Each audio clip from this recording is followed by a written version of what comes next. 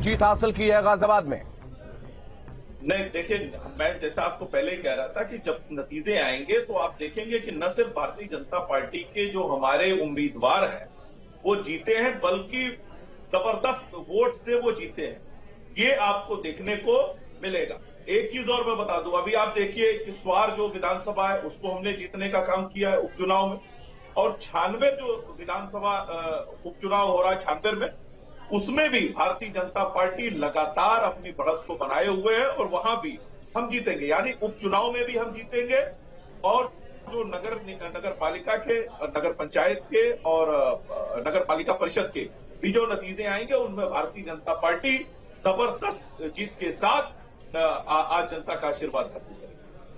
बिल्कुल धीरेन्द्र जी, मैं आपके पास आऊंगा। ये बड़ी जीत हासिल की है गाजियाबाद से सुनीता दयाल ने, अगर हम बात करें। और शहरों की पार्टी एक दौर में कहा जाता था भारतीय जनता पार्टी को, लेकिन नरेंद्र मोदी के चेहरे के आने के बाद गांव तक पहुंचती है, गांव में बड़ा वोट बैंक बनता है। जो ट्रेडिशनल वोटर्स थे किसी खास दल के, उन तमाम वोटरों को अपने पाले में लाने के बाद अब निकाय में भी प्रचंड जीत हासिल कर रही है। धीरेन्द्र जी, आज देखिए, इस समय बीजेपी ये कह सकते हैं कि उनके पास एक टाइम पार्टी का है। ये पार्टी के लिए गोल्डन टाइम है उनके पास।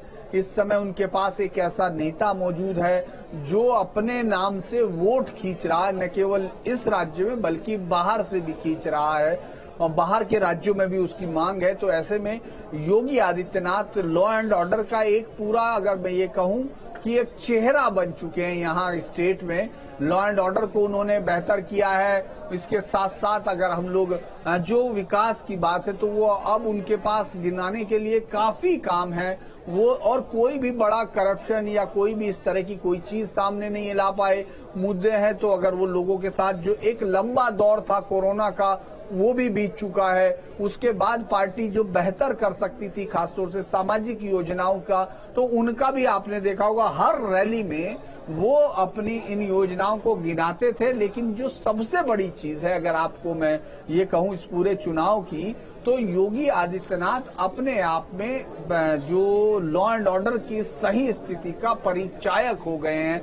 और इस दौरान माफिया अतीक अहमद का भी सफाया हो गया, उसके पूरी टीम का सफाया हुआ। तो ये सब चीजें जो है जुड़ती चली गई, यानी उनकी उस छवि में इससे और इजाफा हुआ है। तो मैं ये कह सकता हूं कि इस समय चूंकि बीजेपी जीत रही है और एक लैंड स्लाइडिंग विक्ट्री के साथ है, तो उनके पास उनसे उनकी रणनीति पूछने की भी लोगों को जरूरत नहीं है, क्योंकि लोग देख रहे हैं कि ये पार्टी जीत रही है। हाँ, जो हारे हुए हैं उनके पास अभी बताने के लिए हो सकता है कुछ ना हो, लेकिन बीजेपी को ऐसे ही वक्त में अपने उन तमाम ट्रैक्स को देखना होगा जो आपको दिखाई दे रहे हैं। क्योंकि जो महापौर में आपको सफलता मिल रही है वो नगर पालिका में अभी दिख नहीं रही है। आप 199 में से 89 के इर्द गिर्द हैं, और जो आपसे टूटे हुए लोग हैं वो 46 पर है। ज्यादातर लोग, मतलब बीजेपी चूंकि सत्तारूढ़ पार्टी के अंदर ज्यादा टूट फूट होती है, उसी में से गए हुए हैं। उसी तरह से आप नगर पंचायतों में अगर आप देखेंगे,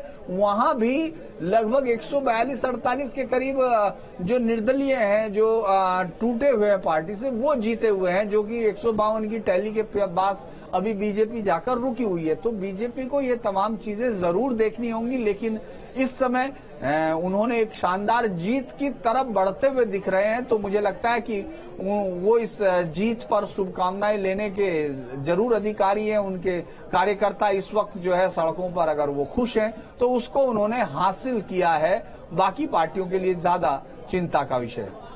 बिल्कुल, बाकी पार्टियों के लिए थोड़ा सोचने की बात भी है और चिंता का विषय भी है, क्योंकि लगातार भारतीय जनता पार्टी अब लीड करती चली जा रही है और 3 सीटों पर आधिकारिक घोषणा भी हो चुकी, जिसमें से झांसी में बीजेपी के बिहारी लाल ने जीत हासिल की, सुनीता दयाल ने यहां पर गाजियाबाद में, और उसके बाद बीजेपी के गिरीश प्रदीप त्रिपाठी ने अयोध्या से जीत हासिल की। और सुनीता की बात करें तो बड़ी एक जीत हासिल की है। आनंद जी, आपके पास आएंगे, क्या मैसेज गया इस जीत के बाद? देखिए, जीत के बाद ये मैसेज गया है कि 2017 से उत्तर प्रदेश में जिस तरह योगी आदित्यनाथ जी ने अथक परिश्रम, पूर्ण समर्पण, अथक परिश्रम के साथ जनता की सेवा की है, उत्तर प्रदेश की तस्वीर और तकदीर को बदलने का काम किया है। आपको याद होगा कि 2017 से पहले उत्तर प्रदेश में क्या स्थिति थी। 1 डिस्ट्रिक्ट 1 माफिया चलता था, हर जिले में एक माफिया था, हर जिले में एक गुंडा था। लेकिन योगी आदित्यनाथ जी ने उत्तर प्रदेश में कानून और व्यवस्था